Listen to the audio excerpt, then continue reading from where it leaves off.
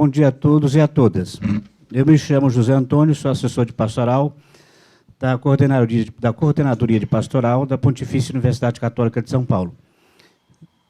Nós, com a Faculdade de Direito, organizamos essa exposição e, ao longo dessa exposição que acontece lá no hall de entrada da biblioteca, sobre o legado de Franco Montoro, por data comemorativa dos 25 anos do seu falecimento, nos juntamos desde o ano passado e hoje tornamos esse sonho realidade, que foi essa amostra, e também, ao longo do mês de agosto e setembro, algumas mesas redondas sobre o mesmo personagem.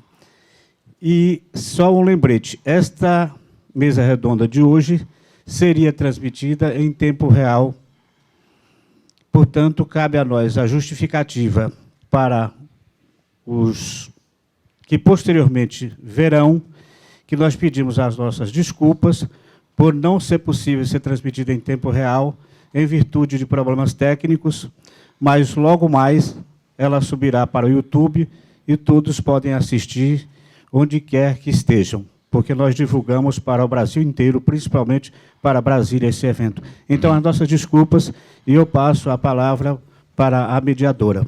Professora. Ok, eu vou usar aqui, né? Bom dia a todos. Em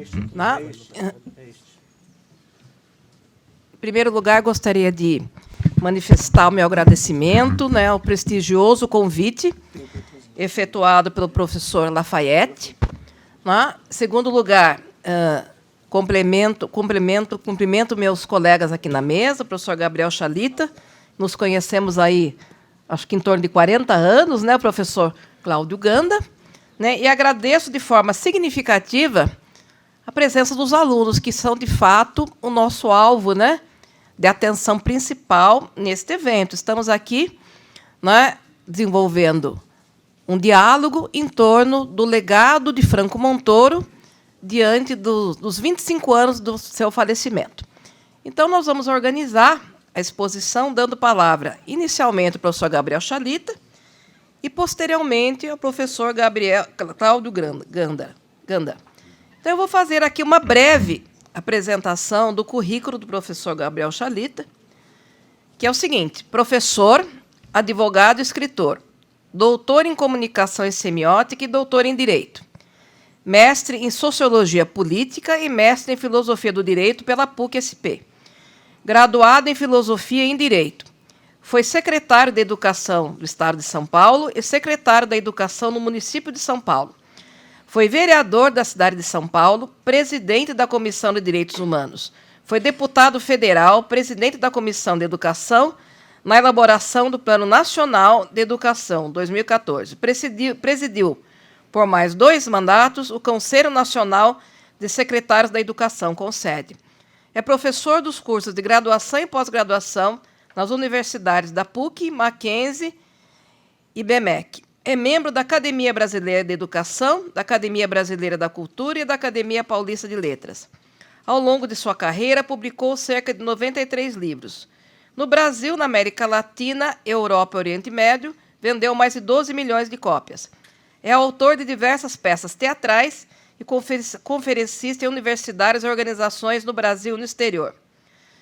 Atua como consultor em grandes empresas nas áreas de formação humana, com ênfase em comportamento ético-moral e construção de valores intra- e interpessoais. É membro do Conselho de Desenvolvimento Econômico, Social e Sustentável, da Presidência da República, do Conselho de Estudos Nacionais e da Política, da Fiesp, do Conselho Superior de Direito, da FEComércio São Paulo e do Fórum de Integração Brasil-Europa. Então, com muito prazer, eu passo a palavra para o professor Gabriel Chalita, que foi meu aluno, essa informação que não está no CV, né? Foi nosso aluno aqui no curso de graduação. E é a informação mais importante. Bom dia. Bom dia. Para mim é uma honra estar aqui, ao lado da professora Mara, pessoa que eu admiro tanto, que é tão apaixonada pelo direito, pela arte, pelo ser humano, pela docência. O professor Cláudio, de igual maneira, que é um grande pensador e fazedor aqui na PUC. E essa conversa com vocês sobre um dos fundadores da PUC, sobre um homem que tinha uma paixão imensa pelo fazer universitário, pela construção de conceitos que melhorassem a vida das pessoas. Quero contar um pouquinho para vocês como é que eu conheci o Franco Montoro. Ele era governador de São Paulo e eu era seminarista, eu queria ser padre. Eu nasci numa cidade pequena do interior de São Paulo, chamada Cachoeira Paulista, e eu fazia seminário, fazia pastoral numa cidade chamada Bananal. E eu quis ser padre porque na minha cidade tinha um padre que cuidava das crianças em situação de rua, Padre Benevides. E eu, muito inspirado ali, né, no cuidar dessas crianças, no cuidar desta população em situação de rua, eu fui pelo mesmo caminho. E aí eu estava em Bananal, com 16 anos, 17 anos, era uma Semana Santa, e o padre da cidade lá havia falecido. E não tinha padre para celebrar a Semana Santa, né? Um seminarista não consagra, não celebra a missa toda, mas ele pode fazer as celebrações, tirando a parte da consagração. E eu estava fazendo isso porque não tinha padre, muito jovem, e o governador de São Paulo estava passando a Semana Santa em Bananal. E ele me conheceu, e eu tinha um prazer pela palavra, pela fala, pela relação com as pessoas, e a partir dali nós ficamos amigos. E depois eu saí do seminário, com 18 anos eu me candidatei a vereador lá em Cachoeira Paulista, fui presidente da Câmara, fui o mais jovem do Brasil naquela época, o mais votado proporcionalmente, e a gente desenvolveu uma amizade muito profunda, porque o Montoro, ele tinha uma coisa fascinante, né? O Lafayette sabe muito bem disso, porque conviveu muito com ele. Ele era um homem, né? Na idade dele, já eu conheci, ele já era um senhor, que ele acreditava tanto nos jovens, ele confiava tanto nos jovens, né? E ele queria abrir espaço para que as pessoas pudessem brilhar. O Montoro tinha uma visão do amor real como um espaço de florescimentos. Então ele ia pegando talentos e dando oportunidade para essas pessoas se desenvolverem. Quando eu estava como vereador, presidente da Câmara, eu era o candidato favorito a prefeito lá da minha cidade.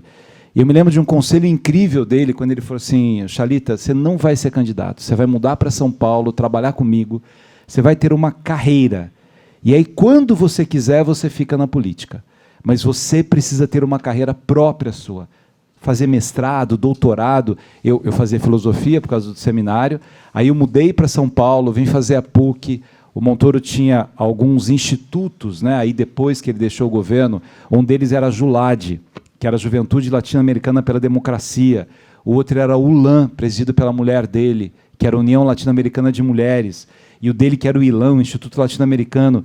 E aqui tem coisas incríveis na mente do Montoro, que ele, quando foi vereador da cidade de São Paulo, isso há 70 anos, ele falava sobre o problema da água, das mudanças climáticas, da natureza. O Montoro, naquela época, falava dos riscos de polarizações políticas internacionais, que o mundo não poderia ser bipolar, não poderia ser dividido entre comunismo e capitalismo, que nós não poderíamos ser reféns de grandes potências. Ai, que honra! A Malu é a filha desse homem que a gente está falando dele, Franco Montoro, que é uma grande educadora também, Malu. E ele era tão interessante nessa visão, por essa capacidade profunda de antevisão, de naquela época, de repente, quando ele falava que a água poderia ser um problema, as pessoas olhavam assim: mas a gente está no planeta água. Sim, mas se nós não conseguirmos cuidar da natureza como ela merece ser cuidada, a água será um grande problema mundial. Hoje se fala isso e se tem a certeza disso, mas naquela época ele era uma voz isolada. A participação em processos democráticos, quando ele cria a Delegacia da Defesa da Mulher, com esta visão, as mulheres que são vitimadas, olha o mapa da violência das mulheres hoje no Brasil, a cada 6 minutos uma mulher estuprada no Brasil. Esses mapas que não diminuíram, hoje elas têm mais voz por esta cabeça que ele tinha de criar instrumentos para que as mulheres tivessem condições de se defender. Quando ele cria o movimento de participação dos negros na política, que não existia, dos jovens, que não existia, com uma visão de uma construção de humanidades. Montoro tinha uma coisa que era essencial e que hoje talvez seja um dos maiores problemas que a gente sente no mundo político, no Brasil e no mundo, que é a ausência de diálogos. A gente vive um momento em que, no Brasil e no mundo, as pessoas se colocam de um lado ou de outro lado com uma incapacidade imensa de conseguir compreender o outro lado, de ouvir o outro lado. A voz de sabedoria que tinha esse homem, ao ter diálogos com todas as áreas políticas, respeito a todas as pessoas que foram eleitas por partidos diferentes, em respeito à decisão do eleitor que elegeu aquelas pessoas. A sua visão de educação, a fatos, né? Montoro assumiu um governo depois de tempos em que não se elegia o governador de São Paulo. A gente viveu tempos em que o processo eleitoral foi trincado a partir de 1964. Então, quando ele ganha a eleição como um grande movimento popular e chega ao poder, aconteceu um fato curioso, assim, os professores de São Paulo faziam muitas greves, e quando eles faziam greves, eles eram recebidos pela polícia. Colocava-se a cavalaria para que os professores dispersassem. E ele, eleito há pouco tempo, né, no Palácio dos Bandeirantes, teve uma manifestação de professores e uma greve, e já era comum colocar a polícia. E ele saiu com a mulher dele, a dona Lucy, e foi receber os professores, dizendo assim, não há que se colocar a polícia em professores, há que se dialogar. Vamos entender as reivindicações, saber dizer sim, saber dizer não. Essa é uma visão muito interessante. Em qualquer área do governo, daria para citar grandes feitos deles, do Montoro. O respeito ao municipalismo. Ele dizia assim, mas a pessoa não vive na União, não vive nem no Estado, ela vive numa cidade. Se você não valorizar a política das cidades, a política municipal, você nunca vai conseguir desenvolver de forma integral a população que vive nesses lugares. Então, eram diálogos profundos que ele realizava nessa dimensão, na feitura de uma política correta, junto com toda a sua importância internacional, as suas discussões internacionais. Mas aqui tem uma outra coisa que eu acho que é de fundamental importância. O Montoro ele era um grande fazedor, e um fazedor correto, porque ele era um grande pensador, porque ele pensava. O Montoro é o homem da filosofia do direito, do pensar do direito, da construção de uma visão de um humanismo real, do ser humano não como meio para se atingir alguma coisa, mas como fim, de um pressuposto ético real. E é muito interessante, quando a gente pega a visão platônica, né, sobre o governo da cidade, quando Platão escreve a República, e uma das discussões da República, dos diálogos da República, é Glauco, dizendo que vocês acham que as pessoas são honestas porque elas são honestas ou porque é importante parecer honestas para que elas sejam aplaudidas por causa disso? E aí ele conta uma história de Giges, que era um pastor, um homem muito simples, muito bom naquilo que ele fazia, e, de repente, o Giges ele vê um cadáver, e o cadáver está com um anel no dedo. E aí ele pega aquele anel, ele fica meio impressionado com a beleza daquele anel, ele coloca o anel, e ele percebe que, quando ele mexia no anel, dependendo da forma com que ele mexesse no anel, ele ficava invisível. Bem, sendo invisível, ele podia fazer o que ele quisesse. E o que ele fez? Ele invadiu o palácio, ele matou o rei, ele se casou com a rainha, ele fez atrocidades imensas porque ninguém sabia que era ele. Aí a colocação do Glauco, né, explicando o anel de Giges, era Sócrates, um diálogo com Sócrates. As pessoas só fazem o bem quando elas são vistas. Quando elas não são vistas, elas querem levar vantagem em tudo. Esse diálogo da República vai chegando a um ponto de Platão querer explicar que as pessoas precisam de maturidade para o exercício do poder. Eu preciso de maturidade para ser prefeito, para ser governador, para ser ministro, para ser presidente, para ser juiz, para ser promotor, para ser delegado, para ser advogado, para ser professor, para ser pai, para ser mãe. Eu preciso de maturidade para exercer o ofício que eu vou exercer. E aí Platão chega à grande conclusão que é muito difícil você transformar um rei num filósofo. Uma pessoa deslumbrada, quando ela chega ao poder, ela terá uma imaturidade imensa para isso. Quando a gente vê, às vezes, né, as críticas ao judiciário, a gente está aqui num processo para assumir cargos importantes no judiciário, juízes que não veem as pessoas. Montoro dizia assim, nunca se esqueça que, ao julgar, você não está julgando um número, uma ficha, uma coisa, você está julgando um ser humano. A sua decisão, quando um juiz decide, numa separação de casal, se uma criança fica com o pai, com a mãe, se é guarda compartilhada, você está entrando definitivamente na vida de alguém. Quando você autoriza alguém que o plano de saúde não autorizou a fazer uma cirurgia ou não autoriza, quando você autoriza o despejo de alguém, quando você prende alguém, quando você pega um jovem, né, com droga, e dependendo da quantidade de droga, da sensibilidade daquele juiz, ele coloca como traficante ou como usuário, olha o poder que você tem nas mãos. Você não pode julgar as pessoas como se elas fossem coisas, números sem face.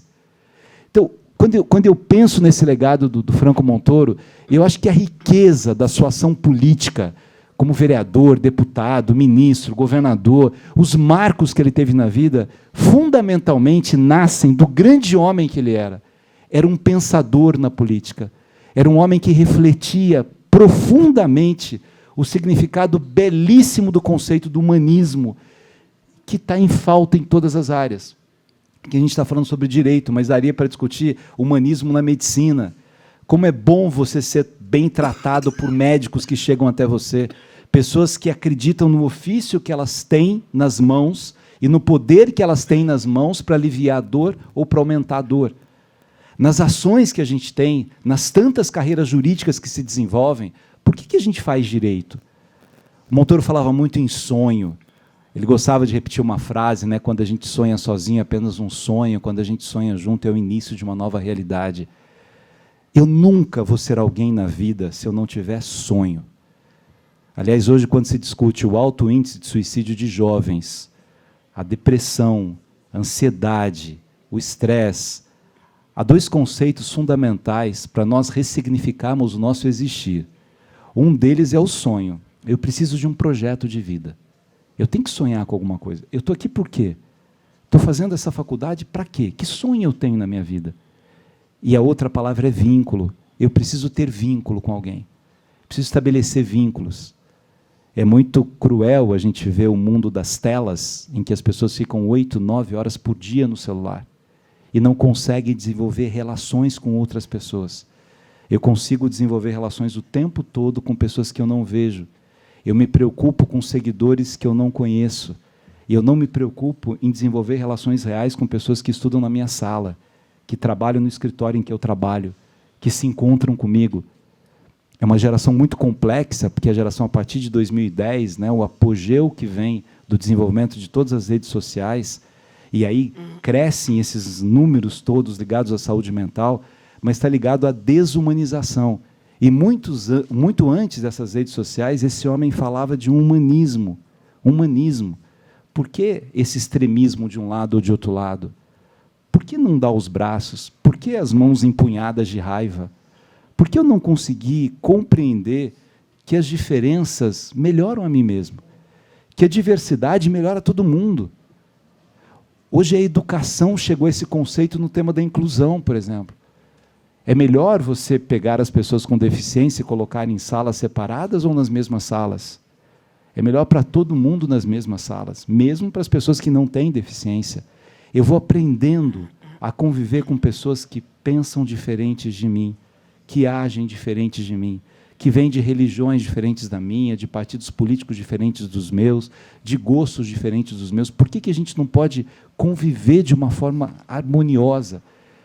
Esse era o sonho que ele desenvolvia, né? Ao estender as mãos para todo mundo, ao não ter preconceito com prefeitos que não eram do seu partido na época, ao dialogar esse conceito municipalista dele, ele ganhou a eleição nessa cidade, é o prefeito da cidade e merece o meu respeito como governador. A revolução que ele fez na área educacional em São Paulo, as escolas de tempo integral, quando começaram na gestão Franco Montoro, a visão que ele tinha daquilo, da valorização dos professores, em qualquer tema, daria para desenvolver, né, uma possibilidade imensa de informações e de formação do que ele fez. Mas, assim, para passar para o Cláudio aqui, o que eu acho mais fundamental desse legado dele, né, para quem puder pesquisar um pouco mais nos livros dele, na vida dele, é essa síntese desses dois Francos Montoro, o homem que pensa e o homem que faz. Quando a gente não pensa, o que a gente faz não será muito bom, em nenhuma área. Quando eu sou movido por ódios, né? Eu sou um promotor, eu perdi o júri para um advogado, agora é um outro júri, eu vou me vingar desse advogado, e eu esqueço que ali tem uma vida que eu estou discutindo sobre essa vida. Que não é um jogo ali, não é um teatro, é uma vida humana que está ali para eu cuidar dela. Quando eu penso, eu não faço isso. Quando eu penso, eu não sou uma pessoa tomada por preconceitos, até porque eu não sou o dono da verdade. É fundamental nas áreas jurídicas, nas áreas políticas, nas áreas de formação humana, essas duas dimensões, da capacidade do pensar e da capacidade do fazer, desse elemento dialogal. A beleza desse homem foi exatamente isso, na sua simplicidade imensa, que é uma outra coisa essencial. As pessoas sem simplicidade não se desenvolvem. As pessoas com essa arrogância, né, donos de verdades absolutas, não conseguem se desenvolver. Ele se permitia ser autorizado a mudar de ideia, a ouvir os outros lados. Ele gostava de conselhos, não é, Malu? De ouvir os conselhos de todos os lados, de permitir que as pessoas falassem. Hoje a gente não presta atenção numa fala que seja diferente da nossa fala. Você não consegue conversar com uma outra pessoa. Ela está dizendo alguma coisa e eu já sei o que ela está dizendo, eu já sei a resposta que eu vou dar. E é um desperdício, né, não poder vibrar com outras informações, com os outros alimentos que chegam até a mim, a partir das experiências que as outras pessoas trazem. Para mim, Franco Montoro foi um dos maiores humanistas que esse país teve, e um dos maiores políticos da nossa história. A sua grandeza. Tem um último fato aqui da dimensão política, quando, nas primeiras eleições, no sonho das eleições diretas no Brasil, porque não havia eleições diretas, e ele foi um dos homens que lutou muito pelas eleições diretas, o grande comício aqui, ele tinha todas as condições de ser o candidato a presidente da República naquele momento, e venceria as eleições. Mas houve um grupo que apoiou o Tancredo Neves, que era o governador de Minas Gerais. E aí um outro grupo que se indignou com isso, porque não, é o governador de São Paulo tem mais eleitores, São Paulo tem... Não, eu abro mão para ele.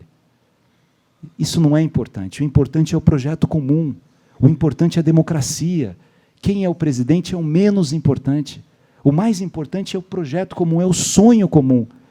No momento que a gente só vê egos, cada um se inflando a si mesmo, cada um querendo tudo para si mesmo, ele teve essa visão desse respeito imenso àquelas forças democráticas, e a causa era mais importante do que aquelas pessoas. E a causa que o Brasil tinha naquele momento era que nunca mais nós tivéssemos tortura, era que as pessoas fossem respeitadas, pensando do jeito que elas quisessem pensar, que elas conseguissem valorizar esse convívio comum e essa construção comum da civilidade. Ele é um homem que marcou o Brasil, que marcou o mundo, e que merece ser lembrado o tempo todo por essas grandes visões. E há muitos, né? Eu tive a honra de ser um filhinho dele, um discípulo dele, de conviver com ele, de ir para lugares, para dar palestra junto com ele, e assim como eu, muitas gerações, né? Muitas pessoas, Fernando Henrique, né? Nasce dele, o Alckmin nasce dele, o Paulo Renato nasce dele, Fábio Ferro, visões de pessoas, Mário Covas, de tantos lados que ele ia conhecendo pessoas, abrindo espaços e ajudando essas pessoas a pensarem de uma forma democrática, de um viés democrático.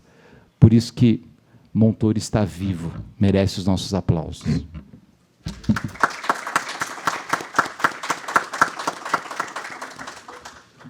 Bom, né, dando sequência ao nosso encontro, agradeço imensamente a grande contribuição do professor Gabriel Chalita. É um prazer reencontrá-lo, né?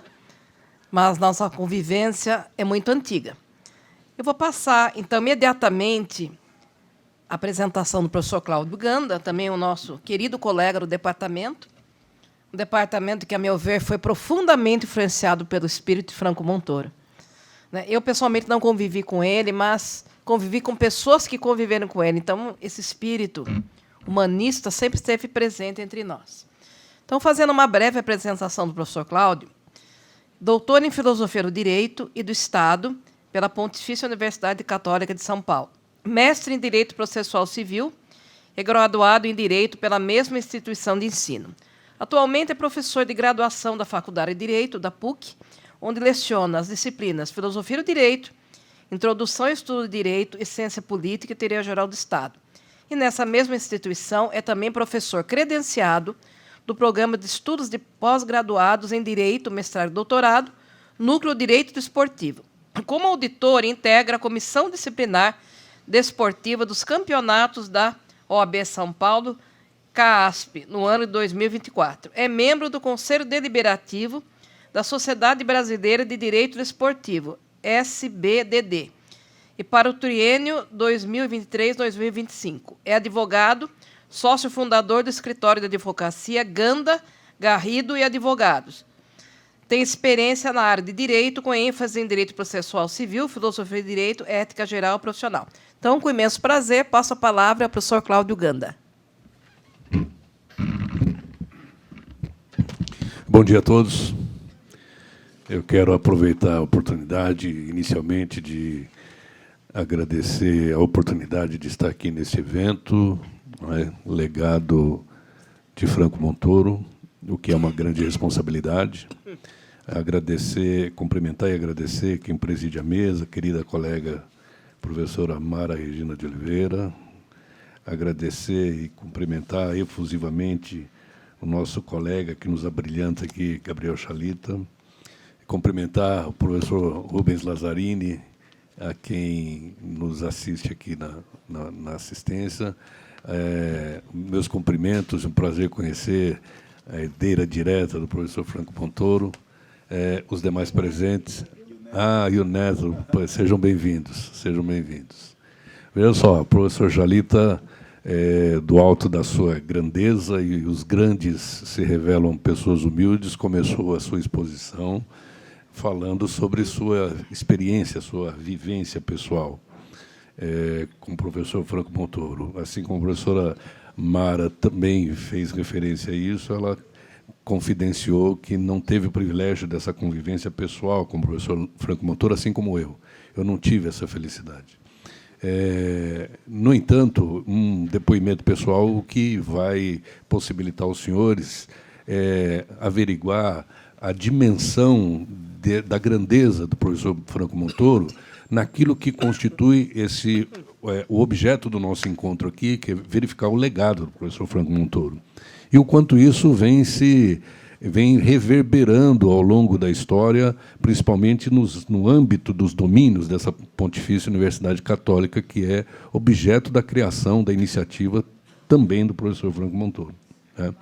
Eu, por conta da origem social e econômica, eu não tinha aspiração de frequentar a PUC, escola particular. Na época em que eu era vestibulando, a PUC tinha custos mais acessíveis, mais populares, mas ainda assim era um desafio que eu imaginava não ser possível suportar ao longo dos 5 anos. Sempre quis fazer direito e sempre tive a ideia de que seria advogado. Aquela intuição heurística, né, que a gente corre o risco de ser acertado ou não. Na minha experiência pessoal, felizmente, foi acertado. E, por conta desse receio, eu insisti alguns anos seguidos no vestibular da FUVEST, almejando, então, ir para o Largo São Francisco. Fundamentalmente, não só por conta, a vaidade também conta em função das nossas buscas. A Faculdade de Direito do Largo São Francisco, de renome nacional, internacional e etc., ela é um objeto de desejo. Isso alimentava os meus planos, né, para a minha formação acadêmica. Um tio, formado no Largo São Francisco, falecido, já não está entre nós, foi ele que foi o responsável por me trazer, por me aproximar da PUC. E isso aconteceu pelo fato de que, não tendo sucesso lá na USP, ele insistiu que eu viesse tentar a PUC. E eu expus a ele os meus receios, etc. E ainda assim ele insistiu, vamos ver depois que você estiver lá dentro. E eu vim, aceitei, vim. Felizmente eu tive um bom rendimento no vestibular, naquela época, vestibular em 2 etapas, e em primeira chamada fui razoavelmente colocado e me possibilitou a matrícula. Ainda assim eu resistia, ainda assim eu hesitava. No entanto, esse tio foi tão efusivo, tão veemente na sua na sua indicação, que eu acabei cedendo e vim para a PUC. Né? Isso no ano de 1983. Nunca mais saí da PUC. E o fato de eu mencionar enfim, a aproximação do legado de Franco Montoro diz respeito com o meu contato inicial com a PUC de São Paulo. Porque, ingressando aqui, eu, visitando o Centro Acadêmico 22 de agosto, entrando lá, tinha um espaço que era um espaço dedicado a um pequeno sebo, um pequeno canto lá onde nós poderíamos adquirir obras de veteranos que deixavam lá para contribuir com os novos, com os calouros. E eu, calouro, fui verificar lá, e a primeira obra que eu adquiri, aliás, a única naquele momento, foi Introdução à Ciência do Direito, do professor Franco Montoro. Na época, em 2 volumes. E nas aulas de introdução ao estudo do direito, portanto, nos primeiros dias da Faculdade de Direito, eu tive a felicidade de me encontrar com o professor Luiz Antônio Risato Nunes. Veja, herdeiro direto da cultura jurídica, da cultura filosófica do professor Franco Montoro. E foi através das letras, das ideias, do contato, enfim, dos debates que o professor Luiz Antônio Risato Nunes promovia com as turmas, com as suas turmas, e eu tive o privilégio de frequentar, que eu tomei contato indiretamente com o professor Franco Montoro, já sendo portador da sua obra, que é um best-seller, que hoje está na 34ª edição, sobrevive até hoje, com esse mesmo título, Introdução à Ciência do Direito, uma obra com 703 páginas, e que eu convido os senhores a verificar, se não para a aquisição da obra, para verificar a sucessão dos prefácios pelas inúmeras reedições. A cada nova edição, um prefácio do professor Franco Montoro, e por ali é possível verificar a sua profunda integração com a vida nacional e com o desafio da promoção da pessoa humana no âmbito de um desenvolvimento nacional. Voltando às suas preocupações para as questões ambientais, desde antes da cultura ambiental ter se iniciado enquanto preocupação social, preocupação da coletividade. Já na década de 1960, ele já, através de seu prefácio, fazia menções acerca da necessidade de se debruçar sobre questões dessa envergadura. O professor Franco Montoro, com a sua capacidade de apreensão dos problemas nacionais e com essa sua intransigente busca pela edificação da pessoa humana, ele foi capaz de... Isso é possível, nós termos contato através dos registros históricos, através das pessoas com as quais partilharam da sua convivência e traduz isso nos seus diálogos, nas suas relações pessoais, afetivas, etc. Isso transpira através das lições do professor Franco Montoro. Esse comprometimento com a causa humana dentro do ambiente, em cima do ambiente, que merece ser preservado e protegido, não só para a nossa existência, mas também para aqueles que nos substituirão. E é nesse aspecto que eu me vejo herdeiro, legatário direto dessa construção do professor Franco Montoro, e admirado com essa sua construção, que é tão plural, tão ampla, e que nos provoca a imaginar como alguém é capaz de ter a sua vida dedicada a setores, a uma participação na vida social nacional, de modo a ocupar espaços e convocar o público para a reflexão de assuntos de grande profundidade, né? Para que vocês observem a pertinência e a percussiência do professor Franco Montoro. Correção monetária, por exemplo, que é algo que é objeto de absoluta tranquilidade, faz parte do nosso cotidiano. Na década de 60, o professor Franco Montoro ele provocou a reflexão em torno da necessidade da correção monetária para as relações trabalhistas, quando isso só era dedicado Correção monetária significa a correção da moeda pela sua desvalorização, e o Brasil enfrentou períodos de muito agressiva, muito profunda inflação. Nós vivemos, vocês felizmente não são premidos por essa realidade, mas na última metade do século passado, o Brasil se viu solapado por inflação que beirava 100% ao mês, em determinados períodos de acentuada crise. E as relações trabalhistas, elas, quando chegavam ao judiciário, elas ficavam congeladas do ponto de vista da correção dos valores. De modo que era um convite ao mau empregador utilizar-se do judiciário para levar as demandas trabalhistas e, no final, pagar o valor nominal da dívida. Assim também, em relação aos contratos civis. Eu fui advogado de seguradoras, de escritório dedicado a seguros durante muito tempo, e muitas seguradoras se beneficiaram durante muito tempo de negar indenização de sinistro, negar pagamento de sinistro, para deliberadamente discutir no judiciário, para, ao final da condenação, esgotados todos os recursos, pagar o valor singelo daquela indenização que estava contratada. O que significa isso? Significa negar a realidade da correção monetária em prejuízo do menos favorecido, do contratante ou do empregado, pagar o valor desrespeitando a corrosão desprezando a corrosão da moeda. Pois bem, o professor Franco Montoro tomou a iniciativa de pretender estender a correção monetária não só para as correções das indenizações em demandas trabalhistas, mas também para as relações civis. Veja que o fisco nacional introduziu a correção monetária, isso já anteriormente àquilo que foi proposto pelo professor Franco Montoro. Em 1964, ele então deputado, ele protocolou no Congresso Nacional projeto de lei e, com isso, conseguiu avançar na correção para as demandas trabalhistas. Em 1971, somente que foi estendida para os contratos civis.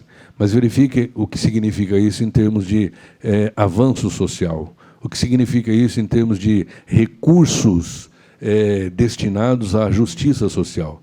Quantos milhões não se beneficiaram desse recurso e dessa, digamos, iniciativa de alguém sensível com uma causa que assola muitos em vários níveis. É preciso destacar que essa sensibilidade nasceu, a partir daquilo que se está verificando historicamente, da sensibilidade do professor Franco Montoro para as causas trabalhistas, para as questões de natureza conflituosa que desbordavam para reclamações trabalhistas sem correção monetária. Imagino que significa de drama. Assim também, vocês podem observar, pelos prefácios, pelos sucessivos prefácios da obra, aquilo que o professor Franco Montoro anunciou no último do seu prefácio. Ele dizia ali que, tranquilo, sentimos isso das suas palavras, que ele se via tranquilizado com o advento do Tribunal Penal Internacional, com a formação do Mercosul, com a formação da Europa unificada num bloco econômico, etc. Isso anunciava para ele a necessidade de nós cultivarmos aquilo que ele denominava de comunitarismo, o direito comunitário, numa ideia que deveria, se ele tivesse presente, se prosseguisse entre nós, certamente ele ia investir nessa teoria de que os povos deveriam se unir num processo de construção comunitária, de um espírito comunitário e de formação de blocos regionais, blocos unidos por questões culturais, econômicas, sociais, etc. E que isso, verificam os senhores, o quanto repercute na história atual, naquilo que é o conflito mais acentuado que nós temos presente, estamos testemunhando, que é o conflito entre Israel e o povo palestino. talvez o professor Franco Montoro estivesse aqui, essas questões entre nós estariam sendo discutidas no nível de envolvimento humano, que certamente deixaria minimizada a questão da geopolítica como sendo interesses que se sobrepõem à proteção da causa humana como um todo. Nessa abordagem que eu me propus a trazer para os senhores acerca do professor Franco Montoro, a minha observação é no sentido de convidá-los a uma proposta que está inserida nessa trajetória do professor Franco Montoro. Legado significa deixar para a posteridade, deixar para aqueles que estão adiante na sua existência algo de tamanho valor para as suas convicções, para as suas crenças, para a sua obra, diferentemente daquilo que é legado no direito civil, né? Legar por ato próprio, por disposição jurídica, por ato de disposição de última vontade. Legado no direito civil é isso. Na vida, o legado constitui numa obra permanente, paulatina, cotidiana, e que vai possibilitar, veja que isso é absolutamente incerto para quem o faz, né? Vai possibilitar, a partir da grandeza da sua obra, a partir da grandeza do seu legado, fazer com que isso se torne eterno, se torne perene. De modo que a passagem do professor Franco Montoro, já festejada enquanto vivo, enquanto entre nós, toma uma dimensão muito mais acentuada com seu desaparecimento precoce, né, para a nossa infelicidade, já nos primeiros anos do século que nós estamos divisando. No entanto, isso, em termos de legado, nos convida a, conhecendo a obra do professor Franco Montoro e nos admirando com a capacidade de ele palmilhar os espaços, conquistar os espaços e promover o desenvolvimento, o crescimento e o avanço desses espaços, nós constatamos a autenticidade da sua contribuição com o crescimento das suas obras. Ele, como um dos fundadores da PUC, certamente com o seu espírito de entrega, de doação, de verdadeiro comprometimento com as causas comuns de todos, com a empatia em relação ao próximo, a PUC se transforma, então, numa das universidades mais reconhecidas nacionalmente, com importância no nível internacional, o que mostra a sua capacidade de, para a posteridade, deixar um centro de formação de novos indivíduos, de novas cabeças, de novos pensadores. E é nesse contexto que eu gostaria que os senhores observassem, por essa oportunidade de nos aproximarmos do legado de Franco Montoro, daquilo que corresponde, na verdade, digamos, uma obrigação moral que seja, né, de fazer da nossa trajetória, da nossa aproximação a esse legado e da nossa trajetória nesse ambiente que é decorrente da criação também do professor Franco Montoro, assumir parte dessa missão, assumir um pedaço desse compromisso. E mais do que a sua formação pessoal, mais do que a sua construção para um mundo operativo do direito, comprometer-se com a edificação do direito no nível em que o professor Franco Montoro sempre almejava, né, no nível da verdadeira edificação da dignidade da pessoa humana, com o compromisso de estender a boa vida a todos indistintamente. Então, eu compartilho dessa ideia, a minha presença na PUC se estende e já beira, né, já fez 40 anos e de magistério quase 30 anos, e eu me confesso surpreso, né, refletindo mais especificamente sobre o legado do professor Montoro, me confesso surpreso da contribuição daquilo que o legado do professor Franco Montoro tem a ver com a minha presença aqui hoje e com a minha realidade pessoal. Desse modo, então, mais que legatário, eu sou profundamente agradecido a essa construção e, humildemente, eu agradeço ao professor Franco Montoro e saúdo a sua existência e essa sua história em favor dessas gerações seguintes, futuras, das quais nós também pertencemos e contribuímos. Muito obrigado.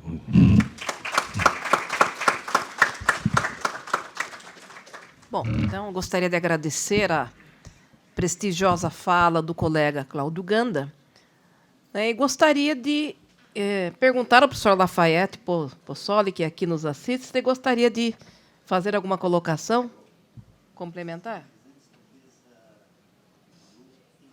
Pois não. Pois não. Então, eu tenho um microfone aqui disponível para vocês. Por favor.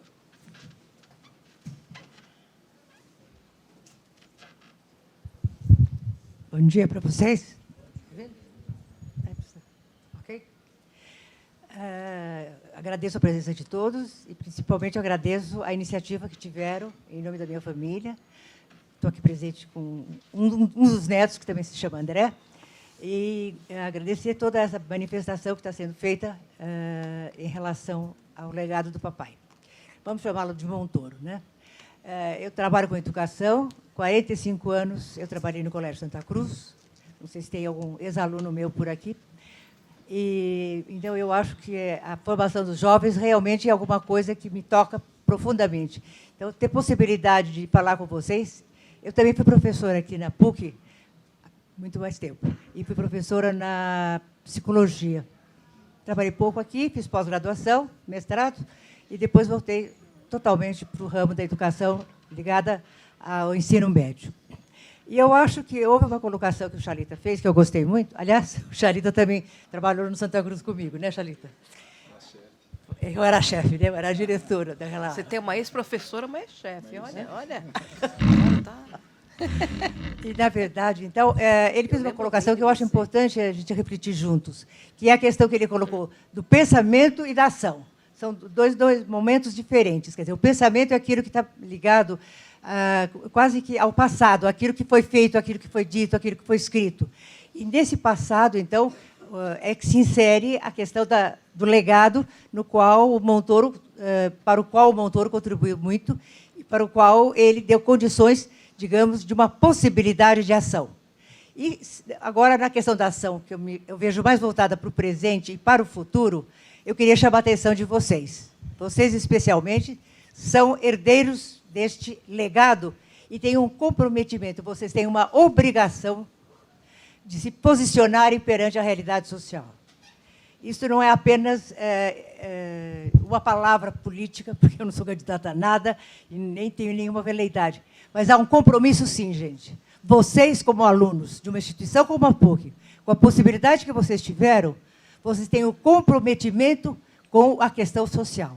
As desigualdades pelas quais nós estamos passando e a falta de estrutura humanista, da qual tanto foi colocado por outros, realmente tem que ser resgatado. E uma falha grande que eu vejo nos atuais políticos é que não deram espaço para vocês formarem novas lideranças. Nós temos uma ausência absoluta de novas lideranças. Por quê? Porque os velhos políticos se apossaram. Eu não quero dizer o nome de ninguém, mas é só vocês pensarem nas pessoas que estão ocupando cargos públicos. Tem uma linha para mim?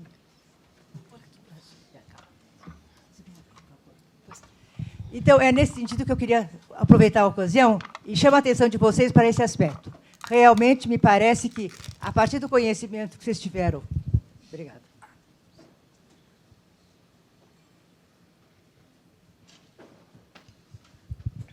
Aquilo que o Montoro colocou e antecipou, porque vocês vejam que ele é antecipatório no sentido da colocação, quando você falou dos conselhos, exatamente, ele tinha o conselho das várias atividades pelas quais o governo é responsável, então ele tinha reunião com os conselhos, e ele ouvia os conselhos. Ele não dizia, eu quero.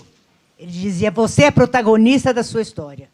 Então, é essa lição de protagonismo da própria história, a ser feita a partir de certos exemplos. O Montoro é um deles. É claro que eu acho um grande exemplo. Existem outros exemplos também.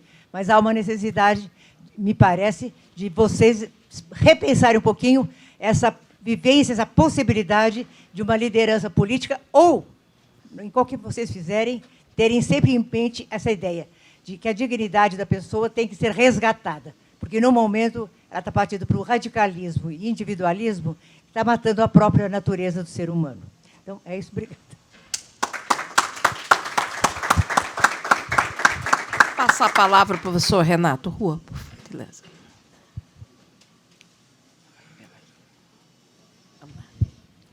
Bom dia a todos.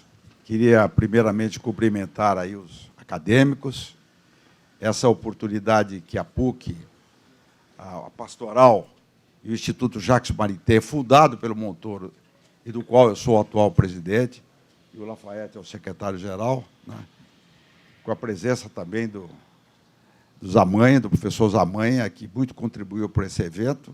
Queria cumprimentar vocês que estão realmente participando e vendo tudo que está sendo dito para a formação de vocês. Eu queria ressaltar dois aspectos do Montoro, um aspecto acadêmico e outro aspecto político. O aspecto acadêmico, como você falou, o pensar e o fazer, isso veio da própria formação dele. Montoro era defensor do direito natural. E o direito natural se baseia no quê? Na lei natural. E o que é a lei natural? É a lei não escrita que está no nosso coração. Isso vem de Santo Tomás e vem de Jacques Maritain. E o que significa essa lei natural? É fazer o bem e evitar o mal. Então, ao fazer aí, é da própria essência do direito natural que Montoro era um seguidor. Essa é a primeira questão. A segunda questão, a questão política. Completando um pouco o que você disse sobre as diretas já, Montoro realmente foi um grande líder.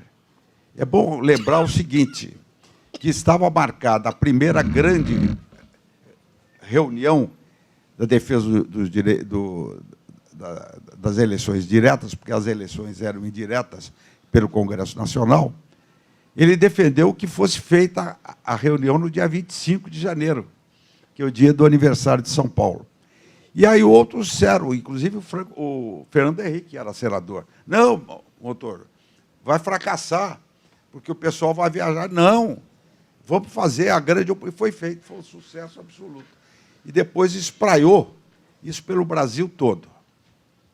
Ele seria, naturalmente, o candidato da oposição, do MDB, no Congresso Nacional, porque a eleição era indireta, porque o famoso projeto de eleições diretas não foi aprovado.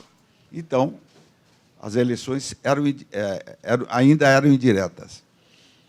E eu queria ressaltar, completar o que você falou, Chalita. Ele era o candidato natural, mas ele próprio, você está aí para me confirmar, ele próprio entendeu que a candidatura do Tancredo era mais eficaz. Por quê? Porque a votação era indireta. E o MDB, só com as suas forças, não teria condições de eleger o presidente. Foi preciso fazer um acordo, e foi feito esse acordo, essa é uma abertura do Montoro, com parte da Arena, através do José Sarney. O José Sarney era o presidente da Arena. Tanto é verdade que o Figueiredo, quando terminou o mandato dele, ele não quis passar o mandato para o... Ele saiu pelas portas do fundo para o Sarney, porque considerou o Sarney traidor. Então, foi feita uma composição e a candidatura do Tancredo Neves se tornava mais viável. Ele era não só governador, mas o Tancredo tinha toda uma tradição política no Brasil. É um homem de composição, bom mineiro que ele era, né? Ele também é mineiro, no bom sentido. Então, partiu dele essa iniciativa. Falou, olha, eu talvez tenha dificuldade de não ter a votação suficiente. O Tancredo tem mais condições. Então, ele abriu mão da presidência, não é isso? Eu queria dizer também, para completar, o seguinte. O Jacques Maritain esteve na América Latina em 1936. Foi a única vez que ele esteve aqui, foi para a Argentina. Foi fazer 2 ou 3 palestras, teve em Córdoba também, etc. Na volta, ele passou pelo Rio de Janeiro, e o grande líder do pensamento do Maritain era Alceu Moroso Lima. E ele passou no Rio por algumas horas com a Raíssa Maritain e se tornou, inclusive, o representante da Academia Brasileira de Direito Academia Brasileira de Letras, desculpe, da qual o Alceu Moroso Lima era membro. Muito bem, isso foi em 1936. 10 anos depois, 10 anos, em 1946, foi criado, em Montevidéu, o movimento democrata cristão, aqui na América Latina, com o pensamento do humanismo integral do Jacques Maritain. Muito bem. Na Europa, isso já se iniciou um pouco antes, e os pais da União Europeia de hoje são três membros com formação maritaniana. Alcide De Gasperi, da Itália, Robert Schuman, na França, e Konrad Adenauer. Eram os três grandes. E aqui, em 1946, em Montevidéu, se formou o que se chamou a Trindade Latino-Americana. Não sei se sabia desse detalhe. Eram três: André Franco Montoro, Rafael Caldeira e Eduardo Frei Montalva. Porque lá o uruguaio, o nome mais importante, os espanhóis, é da mãe, fica no meio. Eduardo Frei Montalva. Pois bem. Hein? Frodise também. Mas esses três, que mais se destacaram, eram da mesma geração, mais ou menos da mesma idade. Muito bem.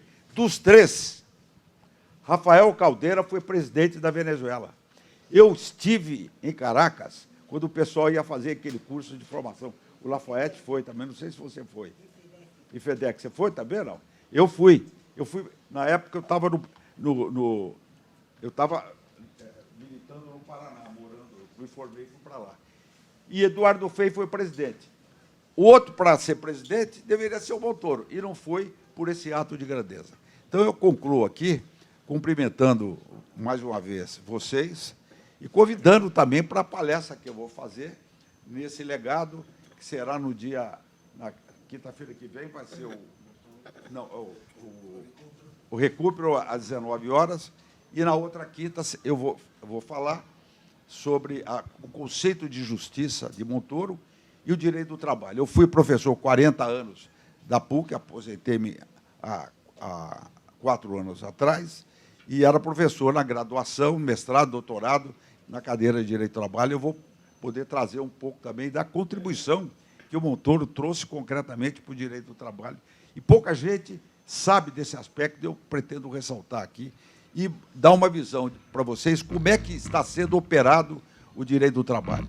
Eu gostaria de só dizer que, por essa minha atuação, eu patrocinei uma ação trabalhista que fez o maior acordo trabalhista da história da Justiça do Trabalho. 2 bilhões e 700 milhões de reais.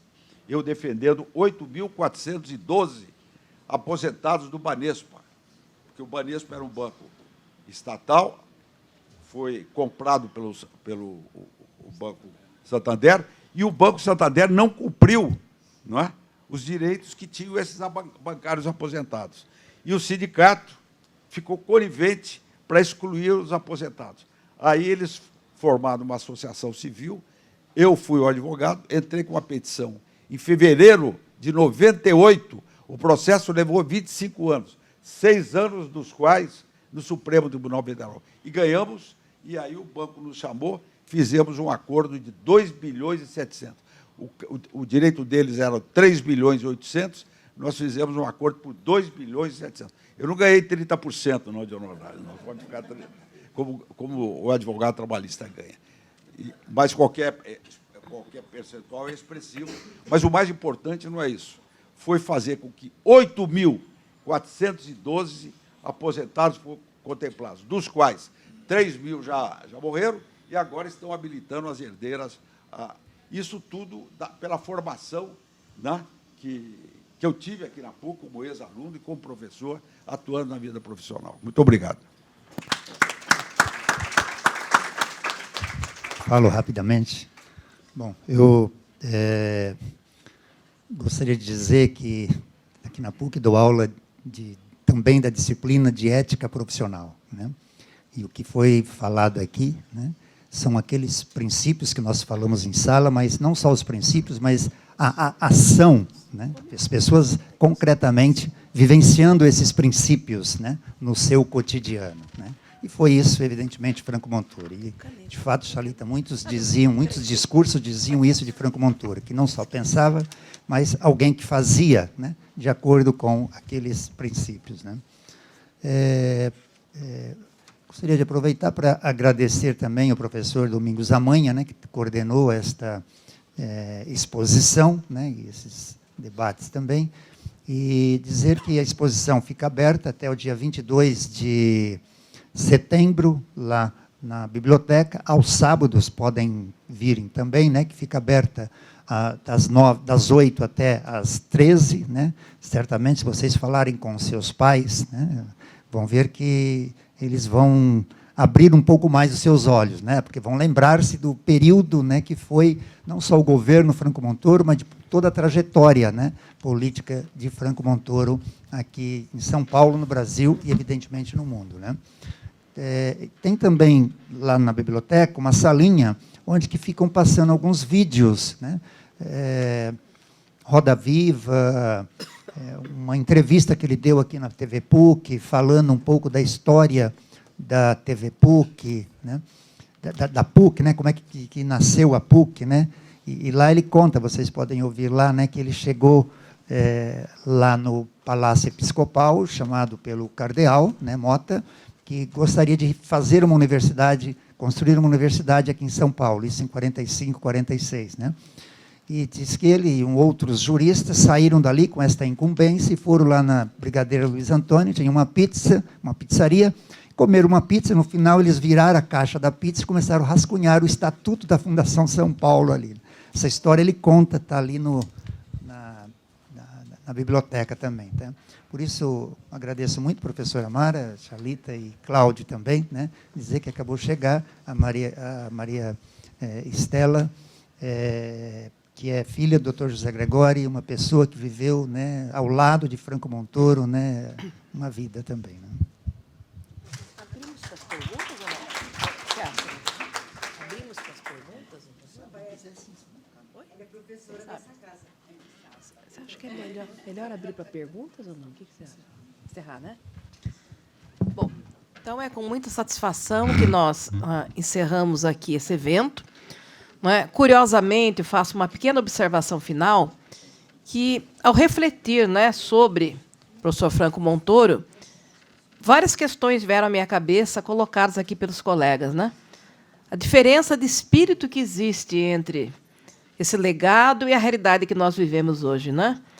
Com tanta falta de humanismo, com tanto radicalismo, com tanta violência, né? E achei muito curioso que, de certa maneira, essas questões foram destacadas. Agora, o grande desafio é, né, como sobreviver nesse mundo, né? Eu me considero privilegiada, embora não tenha conhecido o professor Franco Montoro, como foi bem exposto aqui, nós fomos influenciados pelo espírito que ele, na verdade, institucionalizou, né, nos nossos colegas, no nosso departamento. Não é por isso que nós estamos aqui há mais de 30 anos. Né? O professor Chalita, um ex-aluno muito querido, o professor Lafayette também. Né? Então, deixo aqui essa mensagem de uma certa dúvida. Né? Como sobreviver nesse mundo? Né? Eu acho que a inspiração pela memória também é um fator relevante. Então, muito obrigado, professor Chalita, muito obrigado, professor Cláudio Ganda, principalmente obrigado aos colegas, professor Renato Rua, professora filha do professor Franco Montoro, que eu não conhecia, e o professor Lafayette, né? Malu? Não é? Malu Montoro. Parecida com ele, né? Muito parecida. Muito parecida. E muito obrigado, professor Lafayette, pelo convite. Tá ok, pessoal? Então, encerrado.